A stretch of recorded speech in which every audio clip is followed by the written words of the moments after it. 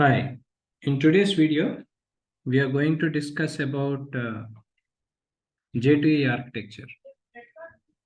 Normally, when the thin client multi-tied applications are working on many lines of intricate code to handle transactions and state management, which is in connect to multi-threading, resource pooling, and other complex low-level details, we should understand component-based and platform independent J2EE architecture, which makes J2 applications easy to write because the kind of business logic which is organized into reusable components, and the J2EE servers provide underlying services in the form of a container for every component type. As because we do not have to develop these services by ourselves, wherein to concentrate on solving the business problems at hand.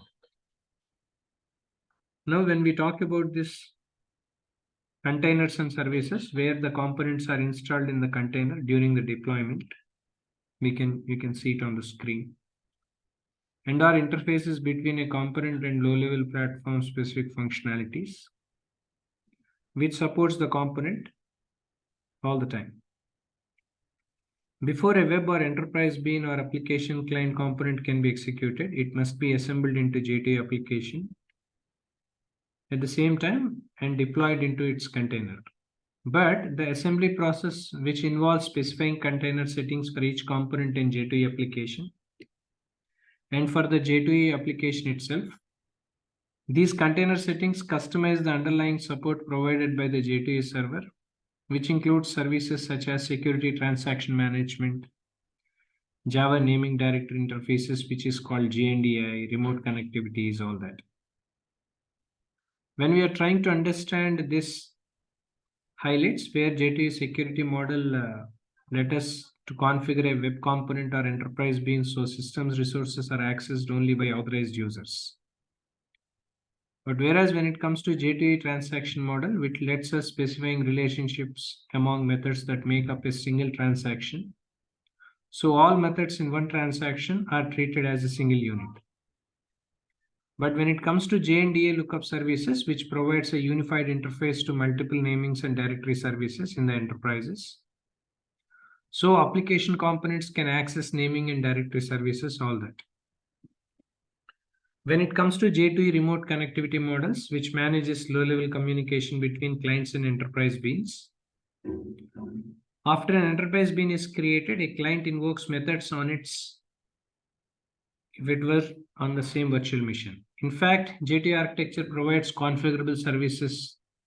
That means application components within the same J2EE application that can behave differently based on where they are deployed, all that. For example, enterprise beans can have security settings that allow it a certain level of access to databases, followed by the kind of data in one production environment, and another level of database access in another production environment, all that.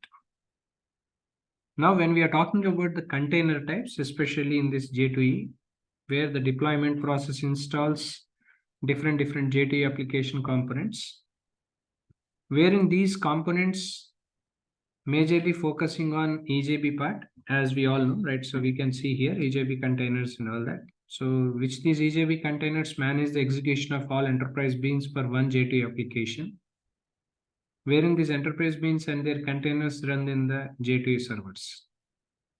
But when it comes to the web containers, you can see on the top of the page, it manages the execution of all JSP pages and servlet components for one J2EE application. Whatever the web components and their containers run on the J2EE server, all that. Now, when we are talking about application client, you can see over here on the screen, which manages the execution of all the application client components for one J2EE application. At the same time, these application clients and their containers run on the client machine, all that. Last but not least, when you're talking about applet containers, is the kind of web browser and Java plugin in combination running of client machines, etc. These are all different J2EE servers and containers, which will be a part of J2EE architecture is all about. So this is all about this video. If you have any questions, if you have any queries in regard to that, please reach out to the contact details, which will be posted in below to this video. Thank you.